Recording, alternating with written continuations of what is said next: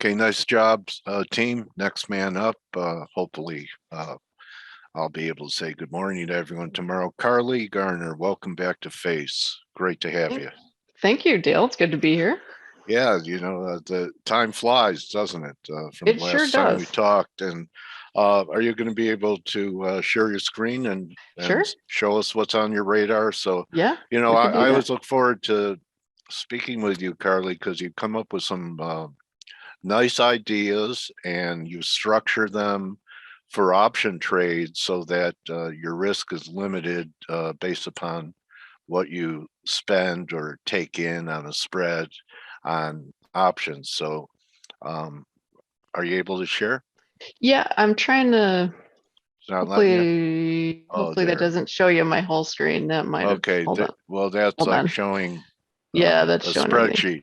Yep, you don't want to see that. Okay, Okay. let's try this. All right. All right. Okay, that should do it. Okay, perfect. Can you All see right. just the quote screen? Yeah, got it. Okay. All right. Well, I mean, it's been kind of an interesting year, right? Pretty humbling for me. I don't know. Hopefully you've had better luck. Uh, It's been a been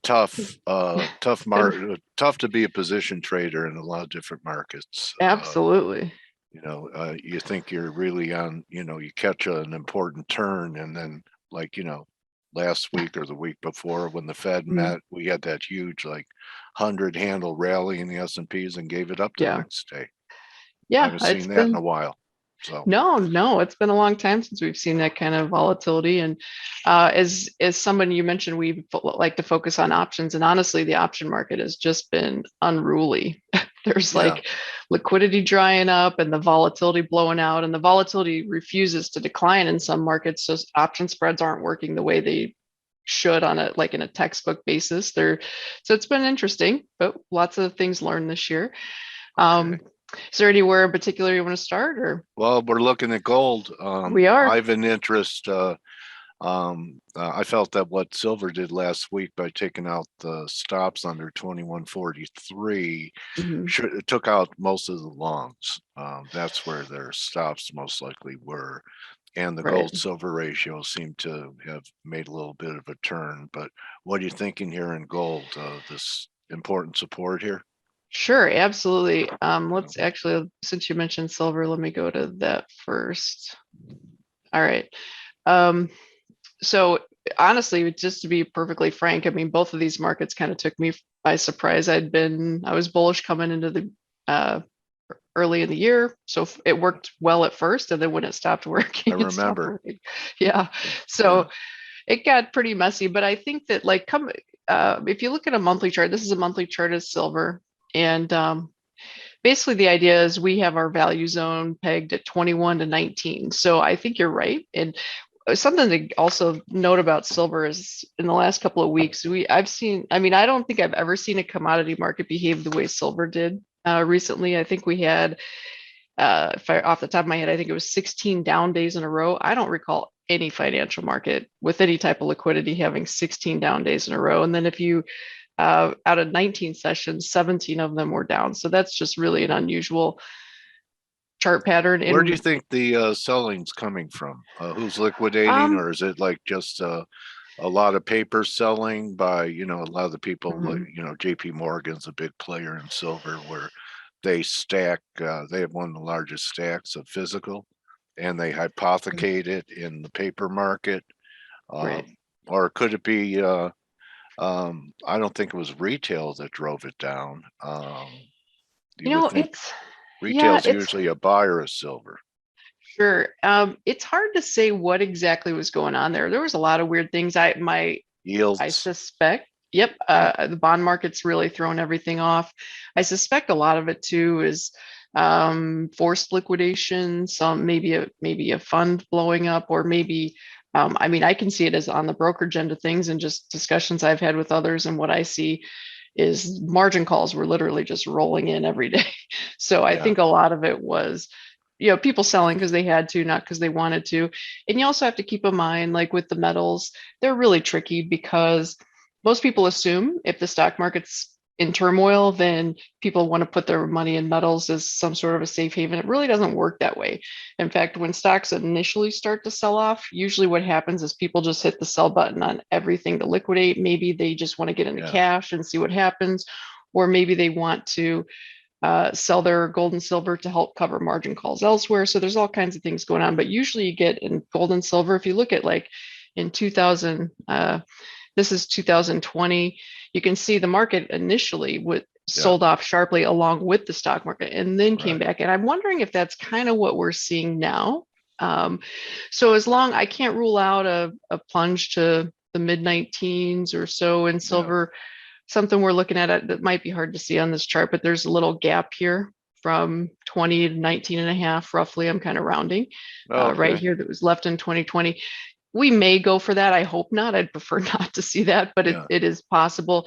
But in the overall scheme of things, I'd say $20 silver and gold were around 1800. I think those are probably cheap given the environment that we're in of high inflation, economic uh, uncertainty, all these types of things. So I was a little surprised to see gold and silver sell off like they did, but I don't think it had anything to do with traditional fundamentals. I think it was just liquidation because people needed to sell to raise money, and that was that.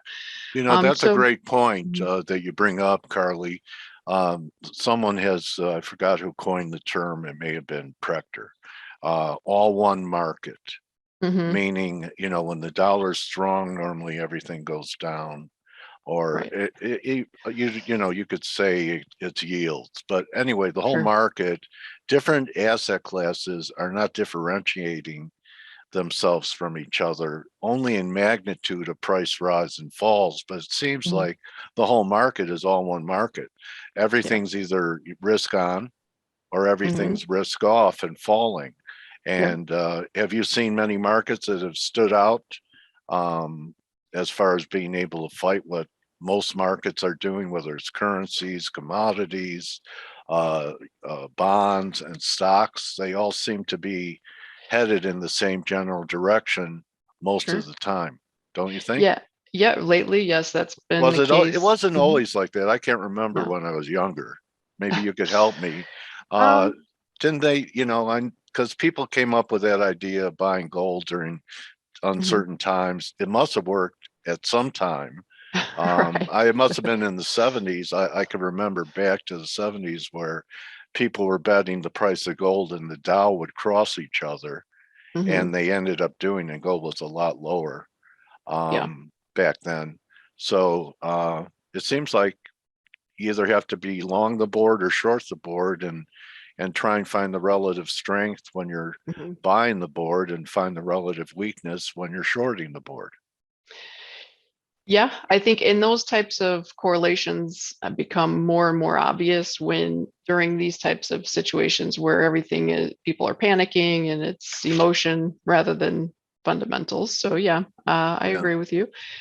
The one area in the commodity markets that I found maybe aren't quite as subject to Oh, the all the grains. chaos. The grains and the softs and this Okay.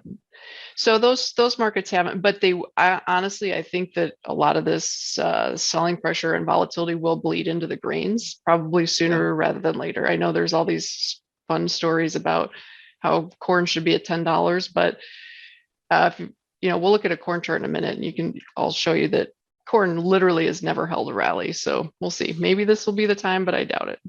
Okay. Interesting. All Because right. I do remember the Volcker regime, and Yeah.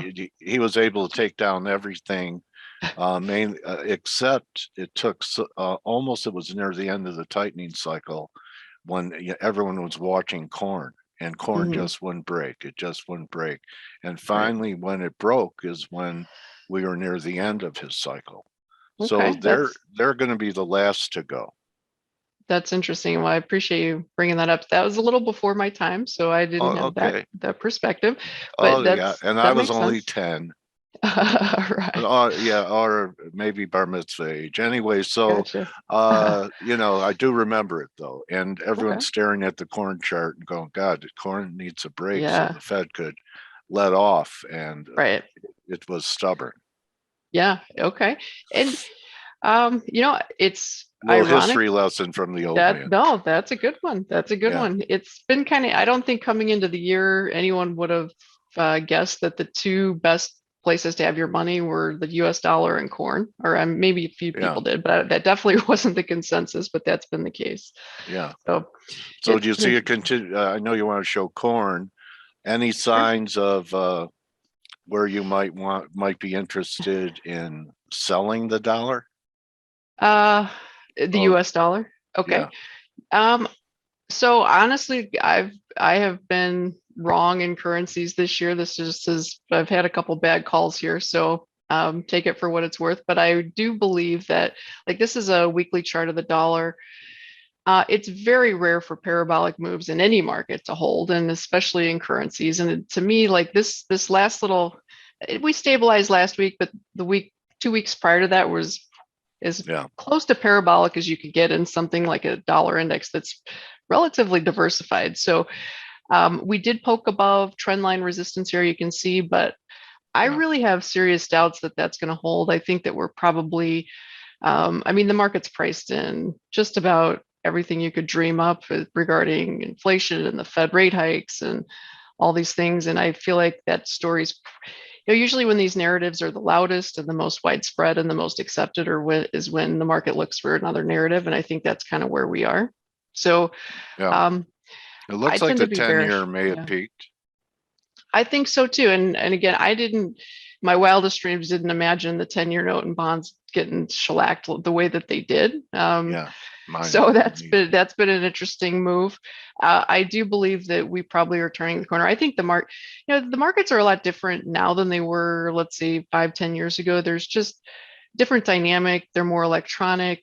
More Yeah, people have access on their phones, and these things do make a difference. I know it's hard to imagine retail traders can push things around, but it's if you have millions of retail traders doing all the exact same thing because they saw a heat map on their iPhone, it happens. And so, I think between that and a lot of like mutual fund and ETF liquidation, I think is really just taken its toll on treasuries and put them through the ringer. But I think the market's really overdone that, and I think from here, I think we probably start heading the other way. So okay. So and you said 104 is reverse the dollar index. You see the circles on mhm, Carley's chart, and right. then you circled the RSI.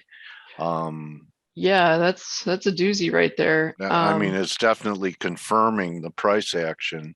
What's the one Right. on the bottom? That's Williams percent R, which Oh, it's pretty rare to see it that embedded like that. So that's yeah, obviously a very extended trend. RSI here on that big spike last week was 84, and this is a weekly yeah, chart. You really don't see RSI in the 80s that often, and yeah, they can hold for in the short run, but in the long run, they never hold. So it's just a matter of time. Now, the thing is, even if we're right and the dollar turns around here in the next, let's say, couple of weeks, that doesn't mean it can't, go ballistic here and print 108 first. So I'm not saying it's yeah. going to be clean or easy. There's no free lunches, but I'd say the best trades in the currency market are probably bearish dollar. But I mean, I thought that a few months ago and literally the opposite happened. So we'll see And how your it red goes. line is what, about Mhm. 103 and a half? And the It black is. line where they Mhm. intersect, because that would be like a Yeah, false breakdown if we got back under what, 3.5 or correct. Yeah. 320? Yeah, I'd say if on a weekly chart we can settle below 104 this week, I'd say that's pretty telling, and okay. I'd be a little more comfortable about things reversing. So we'll see how that goes, and it's going to be interesting because usually when the dollar moves higher, commodities generally move lower, and we've literally seen the exact opposite. So it's going to be interesting to see how things go. But my guess is if the dollar does turn around, probably pulls a lot of commodities down with it because, for example, crude oil and some of the other commodities have rallied with the dollar on the idea of inflation and inflation hedges and things like that. So Okay, so you think a softer dollar is going to be bearish silver and gold, or no, supportive? no, no, those are the two. Gold and silver, I think, benefit from a softer dollar. Monetary hedges work. Uh-huh. And that Right. we didn't have in the last run in gold. And Right. that's why, I watched that last run in gold because I was still positive the dollar. So I'm thinking Hmm. if we are near a dollar turn, now that they've gotten on the metals, that Yeah, that that makes could be sense. the catalyst. So, Sure. what's this? Oh, this is So still gold. so this is gold again. Yeah. Um, so we can take a look at crude at well, actually, yeah, let's look at crude. Unless you have another Yeah, no, idea. that's fine. I'd like to see that. Okay. Okay, this is a daily chart. I'm gonna zoom out a little bit here. Okay. So these are previous notes, but the original idea is if you go back over the last several years in oil, you'll see most tops have like 4 waves. This one had 4 waves. I thought this wave was going to run out of steam in the 90s, and obviously Yeah, the war yeah, just completely threw that out the window. Um, this could still be, maybe this is still the 4th wave, but in oil, like in the short run, the path of least resistance is probably higher. Obviously, the trend is higher, things are firm.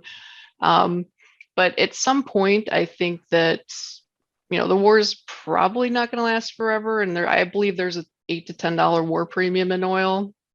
We're obviously starting to get some more oil online. It's a really long process, but the rig count here in the U.S. is slowly inching up, and I know U.S. shale producers have been just extremely hesitant to throw money into production. So there's definitely a big delay, but whether until now we've been focusing all on supply because supply is such a big story, but at some point we're going to start focusing on demand, and if that occurs, I think crude oil probably breaks down. This is kind of the trading channel we were in, obviously, before the right. war. We're up above that channel. That's probably the war premium. That's my opinion. I mean, other people think we're going to 180, so we'll see. Yeah, But I wouldn't be shocked to see us come up and test like this Bollinger Band. So 115 to 120 is not out of the question. I doubt that happens, but it could happen. So if you're going to, this is a really tough market, by the way. Most it people really probably should is. just stay away. And especially this year has just been a mess. But if you do insist on trading it, maybe consider the micro futures. They're tiny. So you don't have, you're probably not going to ruin your life. Even if you sold here and it went up to 120 on a micro futures, you're only out what is it, $10, so $1,000, so it's Yeah, manageable on a micro. But anyway, with yeah, that said, my belief is at some point we're going to break back down into this range that we were in, so that yeah. could mean high 80s for oil. And actually, I know this is going to sound crazy, but I would not be shocked to see $60 oil 60. again. Yeah, Yeah, and that would be right here. Like, had the war not occurred, we probably would have saw that. right. But things change quickly, and so here we are. But you want to be, yeah, either way, there's going to be plenty of volatility. I'd look for a news event. Say, for example, I know Sure. Russia has already cut off oil supplies to Poland and now Hmm. Finland. And an announcement like Europe saying they're now banning Russian oil Yeah, might be the catalyst for that one last hurrah sure. to the upside. And maybe that's it. So, Yeah, that yeah, would make sense. I don't know what else could be bullish news for it right now. Right. I So know everything. that could be as bullish as it gets, for Yep. Europe to bite the bullet. So let's take a look at corn, Okay. Dr. Scholl's favorite chart. All right. You know Um, Dr. Scholl's? you're talking about the shoe insert? Yeah, they he made Okay, I millions got it. Yeah. trading corn. The corn's Really? on your I didn't corn's know on your that. feet. Oh yeah. Oh, I gotcha. All All right. right, Okay, all it's right, Monday morning. All right. all right. Okay. So So I'll delete these. This is a recommendation we put out to our clients last week ahead of the USDA report, thinking that maybe like corn was sitting right here on support. yeah, Let me zoom this out a little bit. I wouldn't, don't take, this is not a current recommendation. I'll take that out. That okay, was just to play the report. And actually didn't work out horribly, even though corn didn't go anywhere. So the idea is corn's been in this range. We broke out of the range in early April. Now we're kind of trading on the above the trading range. So as long as it holds this support level, which is this is the July contract, by the way, about 770. The bulls have an edge, in my opinion. I think we have a chance at. Now, this is the time of year that corn, there's a lot planting. of things that go wrong, right? Weather, all kinds of Yeah. stuff. There was some news that pushed wheat up overnight, and so that corn got a little bit of a boost out of that. So I wouldn't be shocked to see corn kind of run up here and test 840, 850 on the front month. But as I was mentioning earlier, you want to be really careful being complacently long corn because I it has see a that. history of Yeah. just literally falling out of bed. This is a chart we shared on Mad Money with Jim Cramer earlier this Yeah. year. And at the time, we were looking for corn to see 770 to 850. We haven't quite reached 850. This He 1050, quotes your work quite a bit when you're not on the show too. does he? That's Yeah, I've heard awesome. him Yeah. say, Carley Garner's charts, and Oh, cool. All right. kudos to you. Well, thank you. Yeah, he's really nice to us. So the idea was we thought 770 to 850 was in play, and so far that's worked. 1050 is not something I expect, but it is a possibility if something goes haywire. So Yeah. just keep that in mind. That would be like kind of this uptrend from 2008, 2011, 2012. But you can see corn has generally, I mean, the problem is US farmers are really good at what they do, and they become increasingly more efficient as time goes on, which is why we had literally a decade of Yeah. $3 to $4 corn. So you want to be careful. I know there's a lot of fresh money. I've seen this, like there are corn ETFs, believe it or not. Yeah. A lot of fresh money. People, they watch business news or Yeah. they read the paper and they see there's inflation, and they're told put your money in commodities to hedge inflation. And so there's all this blind money that comes into the ETFs and the corn market without, I mean, a lot of people that do that probably have no idea that this isn't even the corn they're eating for dinner. This is like feed. They probably don't even Right. know that kind of stuff. They're just, Well, they want to they're hedge also, inflation. They're throwing money in it. yeah, and they're also seeing news stories on wheat farmers that Right. their soil looks like the Dust Bowl. It's red Right. and dry. It looks like the desert. Yep. So, Yep. and everyone's aware of drought conditions everywhere. Correct. So Yeah. it's a drought play. Exactly. And so it gets between those two stories, it gets a lot of money that doesn't understand that commodities don't generally go up forever like stocks do. They trade sideways and there's boom and bust cycles. Most people don't understand that. I shouldn't say most people. Some people that are putting money in for those headline reasons don't understand that. But they should keep in mind that I mean, let's say it's my understanding that there's quite a bit of corn sitting in Ukraine that just can't make it to market because of logistics. So let's say that It'll make it to miraculously, Russia like the wheat did. They load up yeah, trucks and bring it right. over. Yeah. Right. So at Yeah. some point, I mean, these types of things are going to thaw out. The US producers are probably, I know they've had a late start to planting, but they're good at what they do. And so at some point, sooner rather than later, the bullish story is going to probably start to thaw out. And when that happens, I mean, we could see $5 corn again. That's just In a how this hurry. works. Yeah. Okay. Now So, I got a question from Anthony uh-huh. Kanakis, and he Okay. wants to know maybe the best way is for him to contact you, but you do execute a lot of different options strategies. You do calendars and or do you keep it Mhm. pretty simple and basic?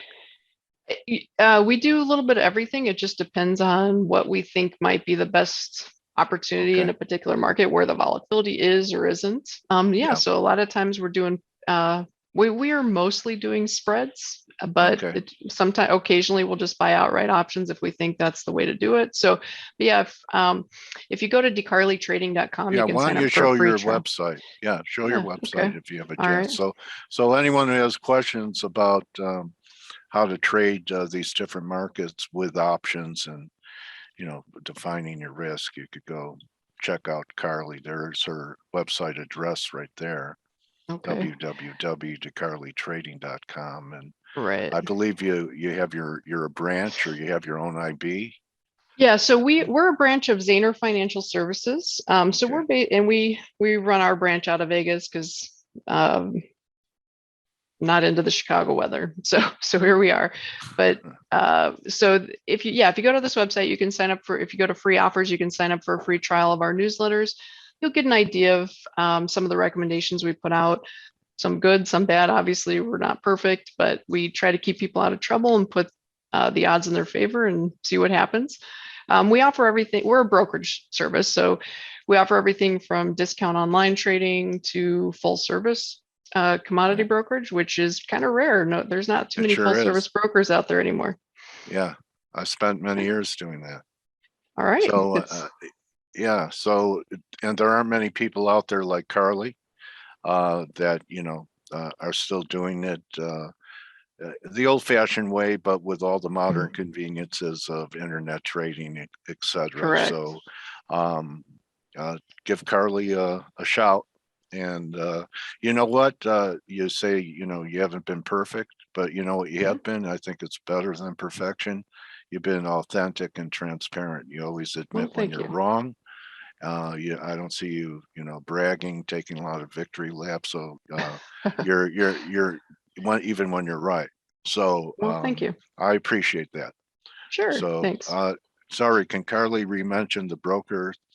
It's the broker that you're an IB for. It's Zaner Financial Services Zaner. is That's right. they actually they are the IB and we're a branch of them. Oh, So we're okay. the same entity. We clear most of our business through Gain Futures, which is owned by Okay. StoneX. So FC Okay. Stone or StoneX. Yeah. Okay. All Well, right. I'm always rooting for you, Carley. Well, thank Yeah, you. hope you have a great spring trading season into the summer, and I'll get a hold of you on Twitter, and we'll keep this thing going, our conversations every several months or so. Sounds good. I appreciate it. Thanks for having me. All right, Carley Garner, everybody. And if you want to trade options, you can tell she has the demeanor and the patience to work with you. I don't. So everyone have a great week.